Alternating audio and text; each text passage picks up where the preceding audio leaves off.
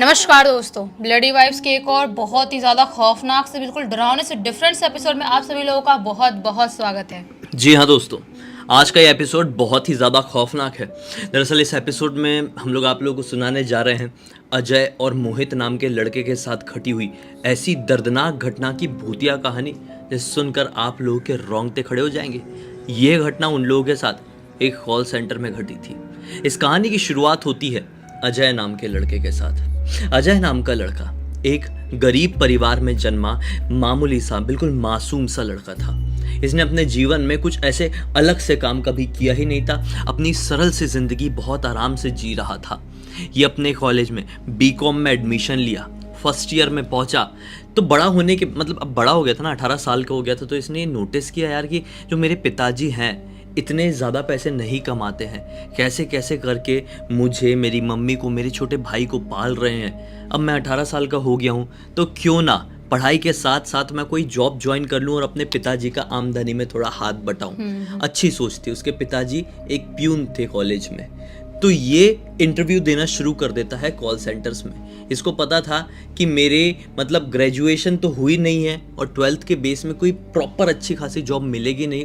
एक call centre ही है जो डिसेंट मानी जाती है दुनिया में, वहाँ पे मैं इंटरव्यू देता हूँ, वहाँ पे मिल जाएगा। अभी जब इंटरव्यू देने गया तो क्या समझ में आ रहा है कि इसकी कम्युनिकेशन स्किल्स अच्छी नहीं है। हर एक कॉल सेंटर में इंग्लिश इंग्लिश इंग्लिश का रट्टा सब लोग मार रहे हैं। इसको उतने अच्छे से बोलते नहीं आता था इंग्लिश, तो कहीं पर भी इसका सिलेक्शन हो नहीं रहा था, कहीं पर भी नहीं हो रहा था। फिर क्या होता है, ये बड़ा उदास था। एक दिन डिसाइड कर लिया कि अब मैं कोई इंटरव्यू नहीं दूंगा, कहीं नहीं दूंगा। अब क्या करूं यार, 3 साल अपनी पढ़ाई कंप्लीट करता हूं, उसके बाद देखा जाएगा, डिग्री लेके घूमूंगा फिर इधर से उधर। उदास होकर अपने कॉलेज से निकला था, छुट्टी हुई थी। कॉलेज के पास एक चाय की टपरी थी, वहां पे अक्सर चाय पिया करता था। चाय पी ही रहा था उदास होकर कि चाय वाले अंकल इससे क्या बोलते हैं। अंकल की उम्र यही कोई 40 साल के आसपास की रही होगी। लोकल कानपुर के थे, कानपुर की घटना है। अंकल बोलते क्या हुआ बेटा, उदास क्यों है। तो अंकल को सारी बात अजय ने बता दिया। तो अंकल बोलते अरे इसमें टेंशन लेने वाली क्या बात है। एक कॉल सेंटर जिसका नाम ये है, उस कॉल सेंटर का हम नाम नहीं लेते हैं, उसका नाम रख देते हैं ब्लडी कॉल सेंटर। तो अंकल बोलते हैं बेटा ब्लडी कॉल सेंटर जो है ना वो इस जगह पर है, एड्रेस भी बताते हैं। तो यहाँ पे जा और अपना इंटरव्यू दे दे, वहाँ पे तेरा इजीली सिलेक्शन हो जाएगा। लेकिन एक बात ध्यान रखना। लेकिन जैसे ही अंकल ने बोले ना वहाँ पे तेरा इजीली सिलेक्शन हो जाएगा, एक्साइटेड हो गया और तुरंत टाइम वाइम देखने लगा, अंकल को पैसे निकाल के देने लगा और ना खुश होके वहाँ से निकल गया तेजी से। अब अंकल कुछ तो बोल रहे थे कि बेटा एक चीज़ ध्यान रखना। अजय ने सुना नहीं और वो सेम डे उस कॉल सेंटर में इंटरव्यू देने के लिए पहुंच गया। ऐसे कॉल सेंटर्स में ज़्यादातर क्या होता है, वॉक इन इंटरव्यूज चलते रहते हैं। इंटरव्यू देने के लिए पहुंचा है, इंटरव्यू देना शुरू किया है और कमाल की बात क्या है पता है, इसने जो इंटरव्यू दिया ना वहाँ पे वो क्रैक कर लिया। मतलब ये खुद के ऊपर बड़ा शौक हुआ कि मैंने इससे पहले कितने सारे कॉल सेंटर्स में कितनी सारी जगहों में इंटरव्यू दिया, कहीं पे भी मेरा सिलेक्शन नहीं हो रहा था। किसी ना किसी रीज़न की वजह से मुझे अटका दे रहे थे। लेकिन यहाँ पर इन लोगों को ऐसा क्या दिख गया जो मेरा सिलेक्शन कर लिए, ये सोच में पड़ गया। लेकिन इसका सिलेक्शन तो हो चुका था। इसकी सैलरी भी प्रॉपर जितनी मिलनी चाहिए थी उतनी ही मिल रही थी। इसको मिला था नाइट शिफ्ट और ये नाइट शिफ्ट ही चाहता था, क्योंकि क्या था कि डे में तो अब इसका कॉलेज था। कॉलेज ऐसा भी नहीं था कि डेली जाना है, 100% अपनी अटेंडेंस देना है, ना ही 75% का कोई क्राइटेरिया था। कॉलेज इसका काम चलाऊ वाला था। तो इसने सोचा था कि कॉलेज नहीं भी जाऊँ तो चलेगा, खाली एग्ज़ाम देने भी जाऊँ तो भी चल जाएगा। यहाँ पे मैं बढ़िया ज्वाइनिंग कर लेता हूँ नाइट शिफ्ट में, और कभी जाना भी पड़ गया कॉलेज और दिन का काम करना भी पड़ गया घर का तो कोई टेंशन नहीं रहेगी। टाइमिंग स्कोप्स के कॉल सेंटर से मिली रात के 10:30 बजे से लेकर सुबह के 6:30 तक। टाइमिंग भी बढ़िया थी। इसको अगले ही दिन से ज्वाइन करने के लिए कहा गया। अगले ही दिन से इसकी 30 दिन की होने वाली थी ट्रेनिंग। ये पहुंच जाता है भाई। जिस दिन ये पहुंचा ना रात के तकरीबन 10 बजे के आसपास अपने कॉल सेंटर में ट्रेनिंग रूम में, तो क्या पाता है कि उसके अलावा वहाँ पे कोई और नहीं है। ये बड़ा शौक रह गया क्योंकि इसने सुना था कि कॉल सेंटर में यार ऐसे ट्रेनिंग के लिए ज़्यादा बच्चे होते हैं, नॉर्मली 8-10 बच्चे होते हैं। मैं अकेला कैसे हूँ, क्या मुझे अकेले को ट्रेन किया जाएगा। कमाल की बात है। उतने में ही दरवाज़ा खुलता है और एक और लड़का एंटर करता है जो कि इसकी उम्र का ही समझ में आ रहा था। अजय ने उस लड़के को देखा तो जान में जाना ही, चलो मेरे अलावा कोई और भी तो है, इतनी सारी चीज़ें, नई नई चीज़ें फेस करने के लिए एक दोस्ती हो जाएगी, अच्छा हो जाएगा। अजय ने उसका बात किया, उससे नाम पूछा, मोहित नाम बताया, कहाँ रहते हो, सारी बात हुई, क्या पढ़ाई करते हो, डिटेल में बात हुई। इतने में ट्रेनर सर भी एंटर करते हैं।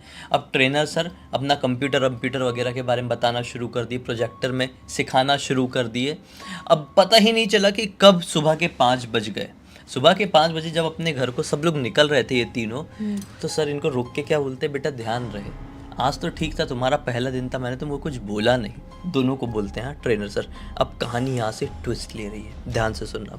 ट्रेनर सर बोलते हैं कि कल हो सकता है कि मैं आने में लेट हो जाऊँ, कभी भी मैं आने में लेट हो जाऊँ, तुम लोग आना तो इसी रूम में बैठे रहना, प्रॉपर एक प्राइवेट ट्रेनिंग रूम जैसा था, आना तो डायरेक्ट यहीं पर आना और यहीं पर बैठे रहना, बाहर मत निकलना, बाहर निकल भी गए तो ऊपर वाले फ्लोर में गलती से भी मत जाना। ये लोग सोचते हैं कि क्यों, ऐसा क्यों, सर से भी पूछे कि सर क्यों आप मना कर रहे हैं, वहाँ पे कोई काम नहीं करता क्या? सर बोलते नहीं बेटा, वहाँ पे काम तो करते हैं, लेकिन सिर्फ डे शिफ्ट में, नाइट शिफ्ट में वहाँ पे कोई काम नहीं करता है और ना ही कोई जाता है। मैं निकलता हूँ, बाकी की बात कल मिलकर करेंगे। सर निकल गए, ये दोनों ने भी सोचे कमाल की बात है, चलो नहीं जाएंगे, छोड़ो, ये इतनी बड़ी बात भी नहीं थी, इग्नोर कर देते हैं और अपने अपने घर की तरफ रवाना हो जाते हैं। पूरी दिन अब अजय दिन भर सोया है, क्योंकि पहली बार रात को इतना ज़्यादा जागा था, पूरा दिन भर सोया है, फिर उठा तो फिर से थोड़ा बहुत काम किया, वैसे कॉल सेंटर जाने का टाइमिंग आ गया। अब कॉल सेंटर पहुंचा, इससे पहले आज मोहित आ गया था, मोहित बैठा हुआ था, अजय भी पहुंचा और 15 मिनट और बीत गए, ट्रेनर सर अभी तक नहीं आए। दोनों बातचीत कर रहे हैं, अजय और मोहित दोनों बातचीत कर रहे हैं कि अचानक से मोहित क्या बोलता है, यार सर क्या बोल रहे थे कि कल ऊपर वाले फ्लोर में मत जाना, ऐसा क्या होगा? अजय बोलता है छोड़ ना, अपने को क्या करना है, मना किए हैं तो नहीं जाएंगे, उसमें क्या हो गया? मोहित बोलता है नहीं ना भाई, एक बार चल के देखते ना, मज़ा आएगा, एक बार पता तो चले ऐसा क्या है जो मना कर रहे थे, अच्छा लगेगा, चल चले क्या? तो अजय बोलता है सर आ गए तो क्या बोलेंगे? मोहित बोलता है कि बोल देंगे वॉशरूम गए थे। ये बोलता है ठीक है चल देख के आते हैं। ये दोनों ना धीरे धीरे दबे पाँव बाहर की तरफ निकले। अब ट्रेनिंग रूम के बाहर की तरफ लोग काम कर रहे हैं, उनके कॉल चल रहे हैं नाइट शिफ्ट वाले, लेकिन सब नाइट में ना फ्रस्ट्रेट होकर काम करते हैं ज़्यादातर लोग, तो अपने अपने काम में व्यस्त हैं सब लोग। ये लोग दबे पाँव सीढ़ियों से ऊपर चढ़ गए। ऊपर चढ़ के भाई अलग अलग रूम्स थे, तो बाकी सारे रूम्स बंद थे, एक अकेला रूम खुला हुआ था। ये लोग खोल के उसके अंदर घुस गए। अंदर घुस के क्या पाते हैं कि अंदर बहुत बड़ा एक वर्क प्लेस जैसा है, पूरा वर्क फ्लोर है, कंप्यूटर भी बहुत सारे हैं और काफ़ी बड़ा है इसका साइज़, काफ़ी सारे कंप्यूटर्स रखे हुए हैं, 50-60 से ज़्यादा रखे हुए हैं। तो देख के बड़े हैरान हुए कि नीचे इतने ठसाठस बैठ के नाइट शिफ्ट में लोग जॉब कर रहे हैं, ऊपर क्यों नहीं आ रहे, इन्हीं का तो है, ऊपर ट्रांसफ़र क्यों नहीं किया जा रहा है? खैर अजय बोलता है देख लिया ना, चलना अब चलते हैं। मोहित बोलता है ठीक है चलो चलते हैं। ऐसा बोल के दोनों पलटे ही हैं बाहर की तरफ आने के लिए कि इनके पीछे से ऐसा टेबल में हाथ मारने की आवाज़ सुनाई दी। ये दोनों घबरा गए कि ये क्या हुआ। पलटकर जैसे देखे तो क्या पाए, इनके जस्ट पीछे की रो के जो कंप्यूटर्स थे, लाइन से लगभग 7 कंप्यूटर रखे हुए थे, सातों एक साथ चालू हो गए। ये दोनों बड़े हैरान हुए कि ये चालू कैसे हो गए यार, हम जब आए थे तो बंद थे। चलो हो सकता है कि हम नोटिस नहीं कर पाए होंगे, लेकिन ये चालू हैं और हमारे आने के बाद चालू हैं। हम ऐसे ही छोड़ के बाहर निकल गए और फिर कल सीसीटीवी कैमरे में पता चल गया कि हम दोनों आए हुए थे और ये हमारी वजह से चालू हुए हैं, तो हमारी नौकरी तो एक दिन में ही निपट जाएगी भाई। इससे अच्छा कंप्यूटर बंद करके फटाफट नीचे चल लेते हैं। दोनों कंप्यूटर बंद करना शुरू करते हैं, सक्सेसफुली बंद कर देते हैं 7 कंप्यूटर, और जैसे ही वापस से नीचे आने के लिए पलटते वैसे फिर से धमाक से आवाज़ आई, फिर पलटे, फिर वही कंप्यूटर चालू दिखाई दिया। तो बोले ये क्या मैटर हुआ यार। दोनों एक दूसरे का मुंह देखने लगते हैं, बोलते हैं यार थोड़ा अजीब नहीं लगा यहाँ पे, ऐसा नहीं लगा कि अपने पीछे कोई खड़ा था और उसने इंटेंशनली आके एक ही झटके में सारे कंप्यूटर्स ऑन किया है। अजय कहता है हाँ भाई, फील तो हुआ कि पीछे कोई था, अजीब सा लग रहा है, निकलेगा यहाँ से। दोनों ये सोच के फटाफट नीचे आ जाते हैं। अब नीचे आए, अभी तक सर नहीं आए हुए थे, दोनों बैठ गए। 2 मिनट बाद सर भी एंटर कर दिए। अब सर ने इन लोगों को सिखाना शुरू किया, प्रोजेक्टर चालू किए, प्रोजेक्टर में सब कुछ बता ही रहे हैं कि फिर पता नहीं चला कि कब रात के तकरीबन 1 से 1:30 बजे का समय हो गया। अब सर बोलते हैं कि मैं वॉशरूम से आता हूँ, उसके बाद 5-7 मिनट पढ़ेंगे, उसके बाद तुम लोग खाना वाना खाने के लिए चले जाना, मैं भी खाना खाऊंगा। अब सर वॉशरूम की तरफ गए हैं। अभी अजय और मोहित दोनों आजू बाजू वाली कुर्सियों में बैठे हुए हैं। अब अजय मोहित की तरफ देख के बोलता है मोहित समझ में आया कि यार ऊपर क्या था? तो मोहित कोई रिस्पॉन्स नहीं देता है। मोहित एक टक लगाए नीचे ही देख रहा है। अजय बोलता है मोहित सुन रहा है कि नहीं? मोहित अभी भी ऐसे ही देख रहा है, कोई रिस्पॉन्स नहीं। हाथ लगे मोहित, फिर कोई रिस्पॉन्स नहीं, ऐसे ही देख रहा है। उतने में सर एंटर कर गए वापस। अब सर वापस से अपना सिखाना शुरू कर दिए। अब सर लगे हुए हैं कि सर की भी नज़र अचानक से मोहित की तरफ पड़ती है। मोहित ऐसे ही बैठा हुआ है। सर बोलते मोहित समझ में आ रहा है कि नहीं, नींद आ रही है क्या? मोहित कोई रिस्पॉन्स नहीं करता है। सर बोलते मोहित सुनाई नहीं दे रहा है, सो गया क्या? फिर अजय वापस से देखता है, मोहित बोल के जैसे ऐसा हाथ लगाता है, मोहित चेयर के साथ ऐसा पलट गया और जैसे ही वो गिरा है एकदम जैसे कि मर जाता है ना इंसान, वैसा आँख वाँख पूरी पलट चुकी है और मुंह खुल गया है और ऐसा लग रहा है सांस नहीं चल रही है। तो सर और अजय दोनों घबरा गए और चिल्ला चिल्ला के बाहर से किसी को बुलाए। तब बाहर से 3-4 लोग आए, एक टीम लीडर भी आया जिसके पास कार थी। उसी कार की चाबी लिए ट्रेनर ने, अजय ने, उसी कार में इसको डाल के तुरंत पास के हॉस्पिटल में लेके गए। अब हॉस्पिटल में ले गए तो डॉक्टर भी समझ नहीं पा रहे इसको हुआ क्या है और सांस बहुत ही धीमी चल रही है और समझ लो बॉडी पूरी ठंडी हो चुकी है। इनको कुछ भी समझ में नहीं आ रहा है। डॉक्टर ने एक इंजेक्शन दिए हैं, बॉटल लगाए हैं, बोले क्या करें, हमको कुछ समझ में नहीं आ रहा, आप इनके पेरेंट्स को बुला लीजिए। तो सर ने किसी को फ़ोन लगाया, उनके पेरेंट्स का नंबर मांगे, मोहित के पेरेंट्स को बताया, बोले आप आ जाइए, हम निकलेंगे यहाँ पे, आप देखिए आपके बेटे को क्या हुआ है। पेरेंट्स लोग भी हॉस्पिटल में पहुँचे हैं और ये दोनों वहाँ से निकल गए। पेरेंट्स से ज़्यादा बात नहीं की, पेरेंट्स को खाली इतना बोले सर ने कि देख लीजिए, पता नहीं अभी बैठा हुआ था रूम में, क्या हो गया क्या नहीं, कुछ प्रॉब्लम है क्या, डॉक्टर जी से बात कर लीजिए, हम निकलते हैं। ऐसा बोल के ये लोग निकल गए। अब भाई सर गाड़ी चला रहे हैं, रात का वक्त है, सुनसान इलाका है, लगभग दूरी 4 से 5 किलोमीटर की थी। सर गाड़ी चला रहे हैं और अजय पीछे बैठा बैठा ये सोच रहा है कि साला हम जो ऊपर गए थे उसकी वजह से तो नहीं हुआ है, वहाँ पे किसी की प्रेजेंस तो फील हुई थी, कुछ अजीब तो लगा था, कहीं कुछ गड़बड़ तो नहीं है, भूतिया मामला तो नहीं है, इसलिए सर ने हमको जाने से मना किए थे, एक बार पूछ लेता हूँ। सर से बड़ी हिम्मत करके बोलता है, सर कल आप कुछ बता रहे थे ना ऊपर वाले फ्लोर के बारे में, फिर आपने काट दिए थे, क्या है ऐसा, ऊपर जाने से क्यों मना किए थे? सर क्या बोलते हैं, सच सच बताना, तुम लोग गए तो नहीं थे ना वहाँ पे? ये बोलता है, सर सच बताऊँ तो हम लोग गए थे, लेकिन सर मोहित ने ही हमें बोला था, तभी हम गए थे। अब सर चिल्लाना शुरू करते, तुम लोग क्या बेवकूफ़ हो गए हो? किसी रीज़न से कुछ मना किया जाता है ना, किसी का कुछ रूल होता है। जब मैंने मना किया तो तुम लोग क्यों गए? तुम्हारे साथ भी ऐसी कोई परेशानी हो जाएगी तो फिर मुझे मत बोलना। अजय बोलता है, नहीं सर प्लीज़ बताइए तो क्या कारण है, क्यों आपने ऐसा बोले और अभी ऐसा क्यों गुस्सा कर रहे हैं? तो सर बताते हैं कि बेटा किसी को बोलना मत, मैं तेरे को अकेले को बता रहा हूँ, अभी अपन अपने वर्क प्लेस में भी नहीं है और अभी अपन दोनों अकेले ही हैं, इसलिए मैं तुझे बता रहा हूँ। आज से लगभग 6 से 7 साल पहले की बात है। ये कॉल सेंटर जब शुरू हुआ था ना, तो उस समय डे शिफ्ट और नाइट शिफ्ट दोनों इस कॉल सेंटर के पास थी और डे शिफ्ट में तो लोग काम कर रहे थे, लेकिन नाइट शिफ्ट में 5 लड़के और 3 लड़कियां ज्वाइन किए थे। ये जो 5 लड़के थे ना, ये थोड़े अजीब थे, लेकिन इनकी कम्युनिकेशन अच्छी थी, इसलिए इनको हायर कर लिया गया था। नाइट शिफ्ट के लिए पहले ऊपर उसी फ्लोर में वही पर प्लेस में हम लोगों ने काम शुरू करवाए थे। ज्वाइन किए इन लोगों को 10 दिन ही हुए थे ट्रेनिंग खत्म होने के बाद। मतलब लड़कियां लोग कंप्लेंट करना शुरू कर दी थी कि लड़के उल्टे सीधे कमेंट्स करते हैं काम करते करते। लड़कियां भी अनकंफर्टेबल रहती थी, लेकिन कोई सीनियर जाके बोलता था तो शांत हो जाते थे और ऐसा रिएक्ट करते थे कि हमने कुछ किया ही नहीं है, जैसे बहुत शरीफ है। फिर एक दिन की बात है, एक दिन ना 2 लड़कियां, 3 लड़कियों में से 2 लड़कियां आई ही नहीं, एक लड़की अकेली आई। एक लड़की अकेली आई और ये 5 लड़के थे। नाइट शिफ्ट थी, बहुत कम लोग नीचे काम कर रहे थे, ऊपर ही ये लोग थे और सिर्फ एक ही टीम लीडर आता था क्योंकि इतने कम लोग थे ना नाइट शिफ्ट में। एक वॉचमैन बाहर बैठता था और उस दिन वो टीम लीडर भी हो गया था लेट। पता नहीं उनकी क्या नीयत ऐसी डगमगाई, ये 5 ने उस लड़की के साथ दुष्कर्म किए और वहीं पर गला घोंटकर उसको ख़त्म कर दिया और फिर वहाँ से निकल भी गए, किसी को पता भी नहीं चला, निकल भी गए।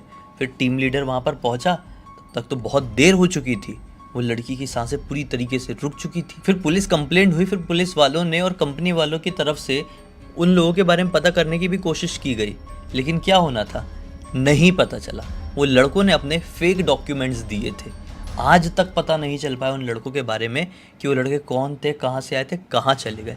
खैर ये मामला तो अलग है, लेकिन जिस दिन से उस लड़की की डेथ हुई थी उसके अगले दिन से नाइट वाली प्रोसेस तो बंद हो गई थी, लेकिन बाय चांस कोई भी नाइट के समय ऊपर जाता तो उनको वो लड़की उसी जगह पर बैठी हुई दिखाई देती जहाँ पर वो बैठती थी।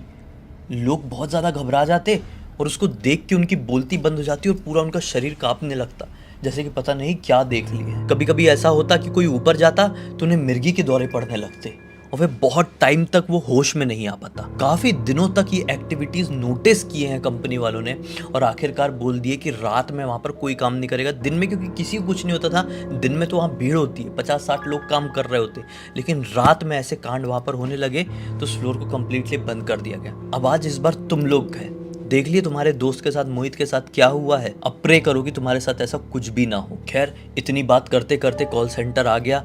उस दिन सर ने बोले कि आज देखो बैठे रहो, तुम टाइम पास करते हैं और अपन सिर्फ बातें करेंगे। सर ने भी सोचे कि यार इससे थोड़ा फ्रेंडली बना लेता हूँ मैं, नहीं तो मैंने इसको जो कुछ बताया हूँ इसने कहीं बक दिया तो मेरी वाट लग जाएगी कि मैंने बात फैलाया हूँ। तो पूरी रात सर ने और इसने बैठ के बात की है अपने ऑफिस में। उस समय ट्रेनिंग के नाम पे सिर्फ टाइम पास किए हैं पूरी रात। लेकिन अगले दिन क्या हुआ पता है? मोहित की कोई खबर नहीं, दूसरे दिन भी कोई खबर नहीं, तीसरे दिन भी कोई खबर नहीं। अब सर ने बोले फ़ोन करके बात तो किया जाए घर वालों से। फ़ोन लगाया गया, मोहित को अभी भी होश नहीं आया है। ठीक है, लेकिन क्या किया जा सकता था? 25 दिन बीत गए, मोहित को अभी भी होश नहीं आया। और यहाँ पर इसी कॉल सेंटर मतलब इसी कंपनी से मोहित को मतलब हटा दिया गया, क्योंकि अभी एक ही दिन ज्वाइनिंग को हुआ था और इसके साथ ये कांड हो गया था, तो उसको हटा दिया गया। लेकिन अब पर्सनली सर को मोहित की चिंता हुई, क्योंकि हो जाता है यार, एक बार भले एक बार मिले हो लेकिन उसके बारे में पता रहे कि इसके साथ ऐसा कांड हो गया तो जानने की उत्सुकता रहती है कई बार। तो सर को उत्सुकता तो थी। सर ने 35 दिन बाद भी फ़ोन किए, लेकिन होश तब भी नहीं आया था और डॉक्टर अब कह चुके थे कि मोहित कोमा में चले गया है। और आज इस घटना को काफ़ी समय बीत चुका है, लगभग 1.5 साल हो चुके हैं। लेकिन अब मोहित को होश तो आ गया है, लेकिन उसने अपने बोलने की क्षमता खो चुका है। उसका दिमाग भी अब ठीक से काम नहीं करता है। मतलब ऐसा हो गया है ना कि यार बस जी रहा है, काट रहा है, ऐसी हो गई उसकी लाइफ। हो जाती है जब किसी इंसान को बहुत बड़ा सदमा लगता है और कोई मतलब उस दुनिया के मतलब जो भी बोलते हैं शैतानी शक्ति को वो फील कर पाता है उतने करीबी से, तो उस इंसान के साथ ऐसा ही होता है। या तो वो ख़त्म हो जाता है, या तो वो सदमे में चला जाता है, या तो वो कोमा में चला जाता है, या तो उसकी आवाज़ चली जाती है, क्योंकि वो दुनिया वालों को कुछ वैसा बता ना पाए। और जो भी हो, लेकिन उस लड़की के साथ गलत तो हुआ था।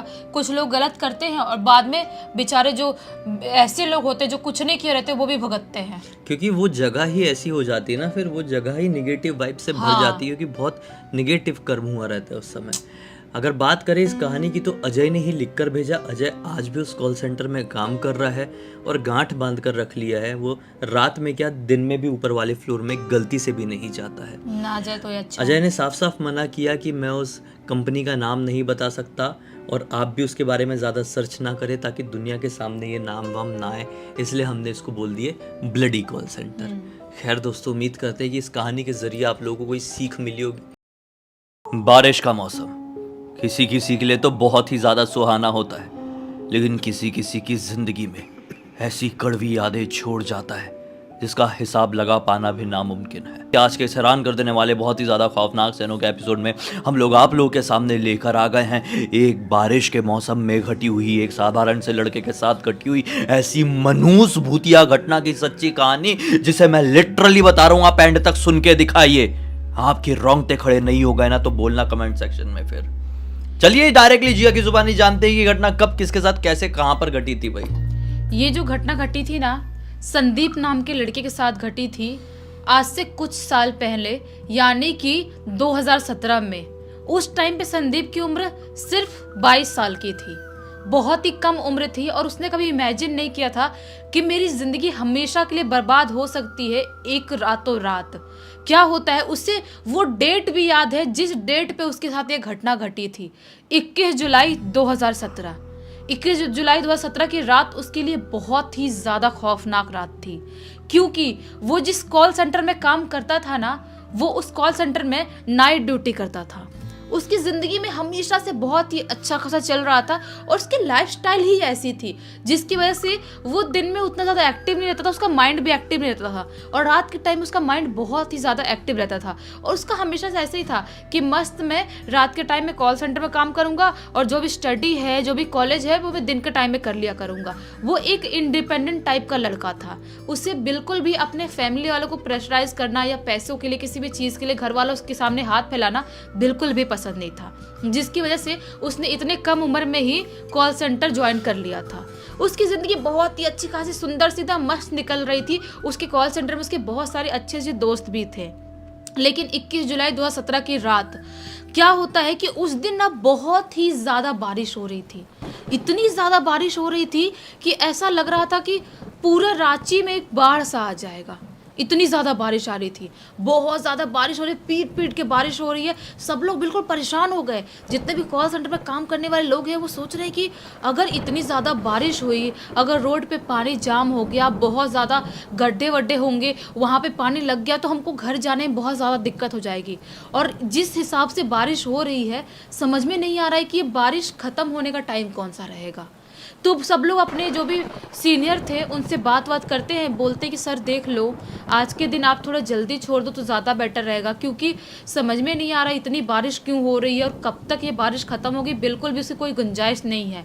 सब लोग ये बात कर रहे थे, लेकिन जो सीनियर थे वो इतने अच्छे तो होते नहीं हैं कि आप बोलोगे और आपके बॉस आपको ऐसे ही छोड़ देंगे, हाँ बेटा जाओ घर पे बैठो, ऐसा तो होता नहीं है। तो वो लोग बिल्कुल भी नहीं मान रहे थे। रात के 1 बजे से लेके सब लोग बोल रहे थे कि आप कर लो, आज मैनेज कर लो, दूसरे दिन ज़्यादा काम करवा लेना, कर लो मैनेज कर लो, लेकिन नहीं मान रहे थे। लेकिन 3 बजते बजते जो उनका बॉस था, जो भी काम कराने वाला, वो समझ जाता है कि आज बहुत ज़्यादा गड़बड़ हो गई है, आज हमें इन लोगों को जल्दी ही छोड़ना पड़ेगा। 3 बजे वो डिसाइड करता है कि मैं सब लोगों को छोड़ देता हूँ और ये लोग अपने अपने घर चले जाएं। लेकिन जो अपना संदीप था उसके ऊपर बहुत ही ज़्यादा पेंडिंग था। उसका काम जो उसने ना पिछले हफ्ते बहुत ज़्यादा छुट्टी ले लिया था, क्योंकि उसकी फैमिली में उसकी मम्मी की तबीयत ख़राब थी, प्रॉब्लम की वजह से उसने छुट्टी लेके रखा था। तो जो बॉस था वो बोलता है कि एक काम करो, तुम थोड़ा सा आधे घंटे और काम कर लो, उसके बाद तुम निकल जाना, तुम्हारा घर तो ज़्यादा दूर है नहीं, सिर्फ 4 किलोमीटर दूर है। तो संदीप बोलता है कि लेकिन सर बारिश तो बहुत ज़्यादा हो रही है और देखो बिजली कड़क रही है और समझ में नहीं आ रहा है कि एक तो यहाँ पे पूरा कॉल सेंटर खाली हो जाएगा तो मैं अकेले कैसे सब कुछ मैनेज करूंगा। लेकिन बॉस का था ना थोड़ा सा, संदेश से थोड़ा सा खुन्नस खाता था। उसका ऐसा था कि इसको तो काम करवाना ही है, बाकी सब करे या नहीं करे लेकिन इसको करवाना ही, ऐसा वाला था। तो संदीप को बोलता है कि देखो ज़्यादा बहस करने की बात नहीं है, आधे घंटे कर लो उसके बाद निकल जाना, तुमको कोई कुछ नहीं बोल रहा है। तो ये भी सोचते हैं क्या करना है यार, एक बार बॉस निकल जाए उसके 10 मिनट बाद ही निकल जाऊंगा, उसको क्या ही पता चलेगा जो भी है मैं कल देख लूँगा। तो ऐसा ही सोचता है वो। अपना सब लोग बाहर निकल जाते हैं, अपने अपने घर चले जाते हैं। 3:30 बजते बजते अब सोचता है संदीप कि बस हो गया, अब मुझे निकलना चाहिए, क्योंकि बारिश बहुत हो रही है और बहुत ज़्यादा बिजली कड़क रही है और पूरा कॉल सेंटर इतना ज़्यादा सुनसान हो गया था। उसे पता नहीं क्यों अंदर से ना बहुत नेगेटिविटी और बहुत डर सा लग रहा था। वो ऐसी रात थी, उसे लग रहा था कि आज कुछ बहुत बुरा होने वाला है। बोलते ना कभी कभी इंसानों को कुछ अलग सी फीलिंग आती है, कभी कभी अगर तुम्हारे साथ कुछ बुरा होने वाला है तो तुमको पहले से फील होने लगेगा। वैसा कुछ संदीप को फील हो रहा था। लेकिन वो ज़्यादा कुछ ना सोचते हुए अपना सामान वान उठाता है और वो 2nd फ्लोर पे काम करता था, वहाँ से वो उतर जाता है सीढ़ियों के सहारे अपना नीचे जाने के लिए। नीचे जाने के लिए उतरता है और नीचे आके देखता है तो बाप रे, बाहर साइड तो पूरा पानी लगा पड़ा है, इतनी ज़्यादा बारिश हो गई है। लेकिन वो अपनी स्कूटी उठाता है और अपने घर जाने के लिए निकल जाता है। घर जाने के लिए निकल जाता है और 2 किलोमीटर तक वो स्कूटी चला के बारिश में भीगते भीगते, वो छाता भी नहीं लाया था, रेनकोट भी नहीं लाया था, उस दिन उसकी नसीब उतनी ख़राब थी। वो भीगते भीगते अपनी स्कूटी चलाते चलाते 2 किलोमीटर दूर तक आ गया था। लेकिन जैसे ही 2 किलोमीटर दूर तक आया था उसे सोचता है कि अगर मैं 2 रास्ता था वहाँ पे, सोचता है अगर मैं इस रास्ते से जाता हूँ तो मुझे और ज़्यादा टाइम लगेगा, अगर इस रास्ते से जाता हूँ तो थोड़ा जल्दी पहुँच जाऊँगा और ज़्यादा नहीं भीगूंगा, तबीयत ख़राब नहीं होगी। तो जो थोड़ा सा जंगल वाला इलाका था, जंगल वाला रास्ता था, उधर स्ट्रीट लाइट वगैरह थोड़ी कम थी। तो वो सोचता है कि मैं उधर से निकल जाऊंगा तो जल्दी पहुंच जाऊंगा और मेरे जो हेडलाइट की जो लाइट है मेरे उसकी स्कूटी की, उससे तो काम चल ही जाएगा और इधर से ज़्यादा कोई इतना आता जाता नहीं है तो एक्सीडेंट का भी डर नहीं रहेगा। तो वो अपना वही शॉर्टकट वाला जंगल वाला रास्ता पकड़ लेता है। लेकिन जैसे ही वो जंगल वाले रास्ते में एंटर किया था वैसे ही उसे थोड़ी सी अजीबोगरीब फीलिंग आने लगती है। उसे ऐसा लगता है कि मुझे थोड़ा सा ज़्यादा ही ठंड लग रही है और थोड़ा ज़्यादा ही भारीपन लग रहा है। उसे ना उस जंगल वाले रास्ते में एक मनहूसियत महसूस हो रहा था। उसे ऐसा लग रहा था कि यहाँ पे बहुत कुछ मनहूस था, यहाँ पे कुछ बहुत गड़बड़ है। लेकिन वो धीरे धीरे अपने स्कूटी को हैंडल करते हुए चलाते चलाते जा रहा है। जैसे ही वो थोड़ी दूर और चलता है कुछ मीटर, वैसे ही उसकी स्कूटी एक झटका लेके रुक जाती है। अभी भी बारिश हो ही रही थी, बिजली जोर जोर से कड़क रही है, बारिश हो रही है। वो डर जाता है कि जंगल वाले रास्ते में बीचों बीच मेरी स्कूटी क्यों रुक गई। वो अपनी स्कूटी से उतरता है और स्टार्ट कर देता है, लेकिन उसकी स्कूटी स्टार्ट ही नहीं हो रही है। बार बार किक मार रहा है, बार बार स्टार्ट करने की कोशिश कर रहा है, लेकिन स्कूटी चालू ही नहीं हो रही है। वो समझ नहीं पाता कि क्या हो गया, ये क्यों ऐसा हो रहा है। अब मैं इस रास्ते से, सुनसान इलाके से, सुनसान जंगल से अकेले कैसे जाऊंगा। उसके अंदर और डर एक घर बनाना स्टार्ट कर देता है। वो समझ नहीं पाता क्या करूँ। स्कूटी को हाथ में लेके थोड़ा थोड़ा वॉक करते हुए पैदल चलने लगता है। थोड़े दूर चलते चलते जाता है तो बारिश और ज़्यादा घड़घड़ाते हुए बादल के साथ बरसने लगती है। अब सोचता है कि अगर मैं ऐसे ही चलता रहा और जितना ज़्यादा बारिश में भीगूंगा उतनी मेरी तबीयत ख़राब होगी। तो उसे ना एक साइड में एक बरगद का पेड़ दिखाई देता है, जिसका ना चबूतरा बना हुआ था, जहाँ पे ना उसने बहुत बार दिन में देखा था कि वहाँ पे लोग बैठा करते हैं बस के इंतज़ार में, या कोई भी चीज़ के लिए वहाँ पे ऑटो के लिए भी लोग बैठा करते हैं। वो सोचता है कि ये पेड़ के नीचे थोड़ी देर बैठ जाता हूँ और स्कूटी को भी यहीं पे लगा देता हूँ, शायद स्कूटी गर्म हो गई होगी या कुछ प्रॉब्लम हो गई होगी बारिश की वजह से, तो अभी स्टार्ट हो जाएगी। स्कूटी को बाजू में लगा देता है और बरगद के पेड़ के पास ऐसे ही सिर पे हाथ रख के आंख बंद करके बैठ जाता है। अभी वो जोर जोर से कांप रहा था अंदर से और बहुत ही ज़्यादा उसे ठंड महसूस हो रहा था। हाथ रख के आंख बंद किया हुआ है, तभी अचानक से उसके पीठ पे ऐसे टैप पड़ता है। तो उसकी आंख ऐसे अचानक से खुलती है। सोचता है कि इस टाइम पे कौन आ गया, कोई चोर और टाइप का आदमी तो नहीं आ गया, या कुछ लूटने वाले टाइप का आदमी तो नहीं आ गया, क्योंकि मेरे पास फ़ोन भी है और स्कूटी भी है। अगर कोई लूटने टाइप का आदमी होगा तो मेरा फ़ोन भी छीन के ले जाएगा, चेन पहन के रखा हूँ सोने का वो भी लेके जाएगा और स्कूटी भी लेके जाएगा। वो अपनी नज़र ऐसे पीछे घुमाता है देखने के लिए किसने टाइप किया, तो क्या पाता है वहाँ पे कोई भी नहीं था। कोई भी नहीं था। अब वो अंदर से घबरा जाता है। उसकी जो दिल की धड़कन थी धक धक धक धक धक धक होने लगती है जोर जोर से। वो समझ नहीं पाता है कि कोई इंसान इधर तुरंत टैप किया और मैंने तुरंत पीछे मुड़ के देखा, अचानक से इंसान कैसे गायब हो सकता है। और पूरा खुला रास्ता है, पूरा रोड है और इतना भी अंधेरा नहीं है, बिजली कड़क रही है। मेरे को समझ में नहीं आ रहा है कि कोई इंसान गायब हुआ तो हुआ कैसे। अब वो सोचता है मैं जाता हूँ, स्कूटी स्टार्ट करने की कोशिश करता हूँ, स्टार्ट हो गई तो ठीक है, नहीं तो ऐसे स्कूटी को हाथ में लेके वॉक करते हुए निकलूंगा, लेकिन इस जंगल वाले एरिया से मैं कैसे भी बाहर निकलूंगा। वो स्कूटी के पास जैसे ही अभी पहुंचता है वैसे ही स्कूटी की जो हेडलाइट थी वो बंद चालू बंद चालू बंद चालू जोर जोर से होने लगती है। वो समझ नहीं पाता है कि ये कौन सा केमिकल लोचा है भाई, ये क्या हो गया। अचानक से स्कूटी की लाइट ऐसे बंद चालू बंद चालू बंद चालू क्यों हो रही है। वो जाता अपनी स्कूटी को ठोकता ठाकता है और वापस से वो किक मार मार के स्टार्ट करने की कोशिश करने लगता है। तब भी लकीली उसकी स्कूटी चालू हो जाती है। स्कूटी चालू होती है और अपनी स्कूटी वो भगाना चालू कर देता है। अपनी स्कूटी भगाते भगाते यही 350-400 मीटर आगे गया ही था, उसे रोड के एक साइड में एक औरत खड़ी हुई दिखाई देती है, जो जोर जोर से ऐसे ऐसे हाथ से लिफ्ट मांग रही थी। और वो औरत ने एक ना अलग सी, मतलब बहुत ही हल्के कलर की प्रिंटेड साड़ी पहन के रखी थी और बहुत भीगी हुई थी और कांपती हुई दिखाई दे रही थी। वो सोचता है कि मैं रुक जाऊं क्या, ये औरत भी कहीं हो सकता है बरसात में फंस गई होगी, उसको साधन कोई नहीं मिला होगा, बस या ऑटो कुछ, इसीलिए बेचारी ऐसे रोड के किनारे खड़ी हुई है। वो अपनी स्कूटी उस औरत के पास रोकता है, बोलता है क्या हुआ, आपको कहाँ जाना है।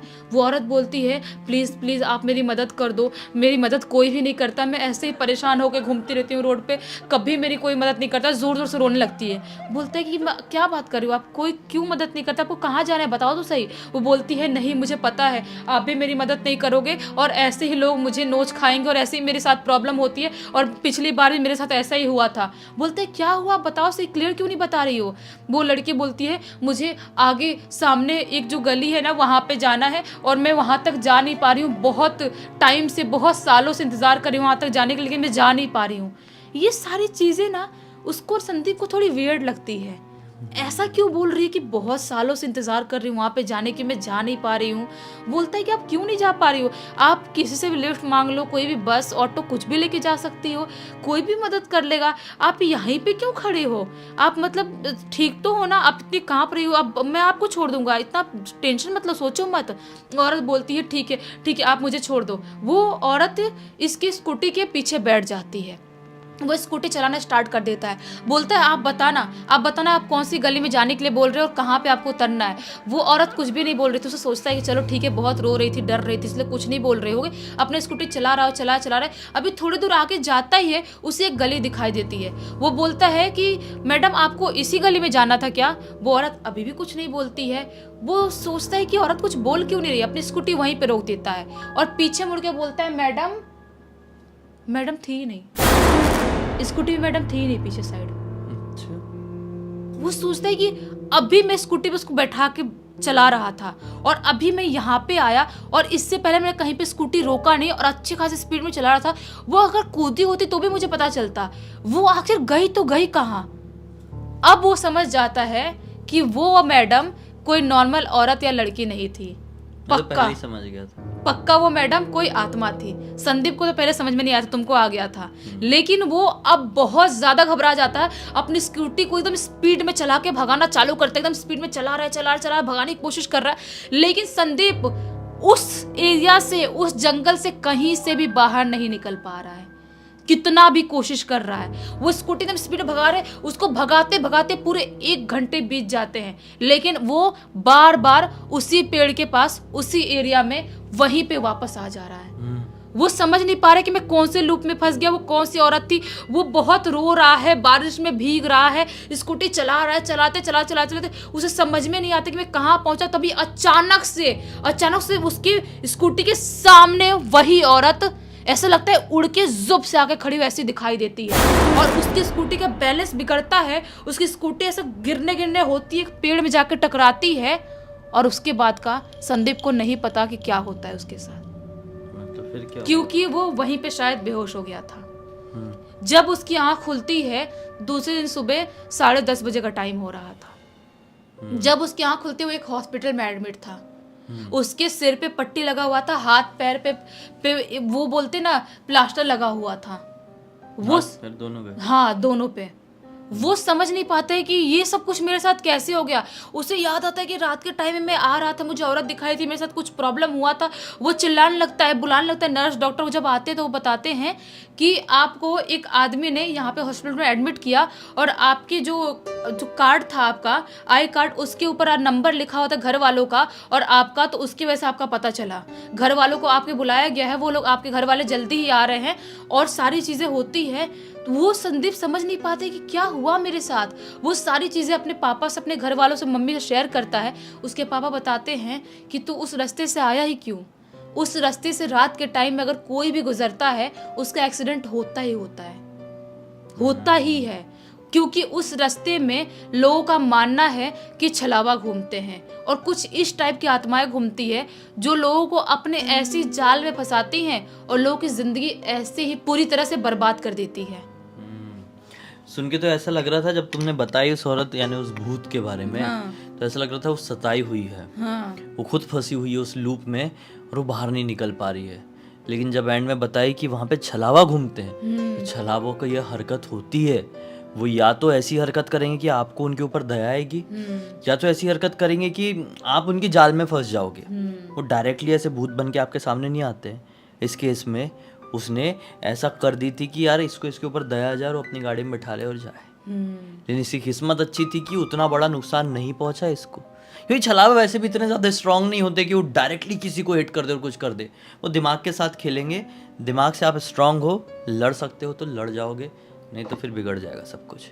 खैर, इसी एक नोट के साथ इस कहानी का अंत करते हैं। अब तक इस वीडियो को देख लिए तो लाइक ज़रूर कर देना, चैनल को सब्सक्राइब करके बेल आइकन दबा के ऑल के ऑप्शन में क्लिक करना, क्योंकि इसी तरह के हैरान कर देने वाले खौफनाक वीडियोस डेली आप लोगों के सामने लेके आते रहते हैं। इंस्टाग्राम की लिंक इस वीडियो के डिस्क्रिप्शन बॉक्स में मिल जाए, क्लिक करके डायरेक्टली वहाँ पर पहुंच जाना। और इसी तरह की कोई भी कहानी, टॉपिक या जानकारी आप लोगों के पास भी है तो लिख भेजना। हो सकता है हमारा अगला वीडियो कल आप लोगों के हिसाब से ही बन रहा हो। तो चलिए कल फिर से मिलते हैं, तब तक के लिए बहुत बहुत धन्यवाद। आपका दिन शुभ हो।